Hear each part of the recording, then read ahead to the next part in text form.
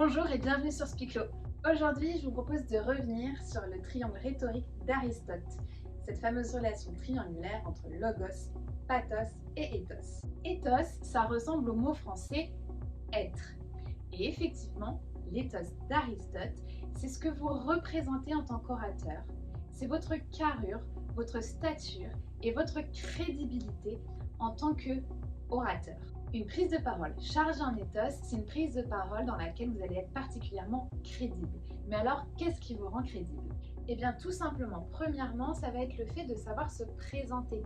Ça peut paraître évident, mais n'oubliez pas de vous présenter au début de votre prise de parole, surtout si tout le monde ne vous connaît pas. Personne ne doit se demander qui est en train de parler.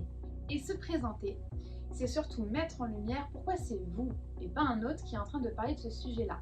C'est mettre en lumière votre légitimité à parler de ce sujet, votre crédibilité, le fait que vous soyez peut-être spécialiste ou que vous connaissiez mieux le sujet pour telle et telle raison.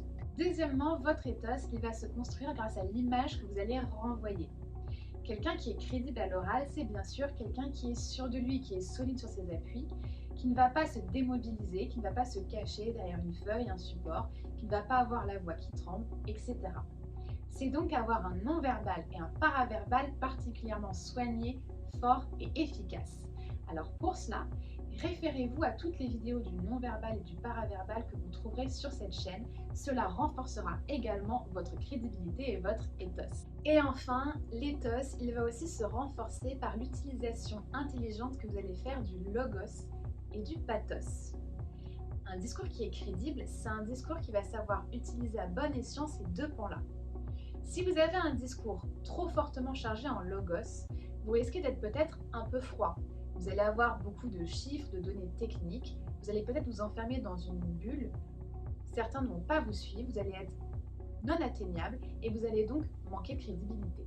Et à l'inverse, si vous êtes trop dans le pathos, vous risquez de tomber dans la démagogie, voire la manipulation, et là encore, cela atteint votre crédibilité. L'ethos, c'est donc aussi la somme de votre logos et de votre pathos utilisés dans un juste équilibre. Alors n'oubliez pas, l'ethos, c'est ce que vous représentez. C'est votre carrure d'orateur qui va reposer sur 3 points fondamentaux. Votre légitimité, l'image que vous renvoyez et la bonne alliance entre logos et pathos. Alors je vous laisse vous entraîner sur votre ethos pour votre prochaine prise de parole et je vous donne rendez-vous pour une prochaine vidéo dès la semaine prochaine.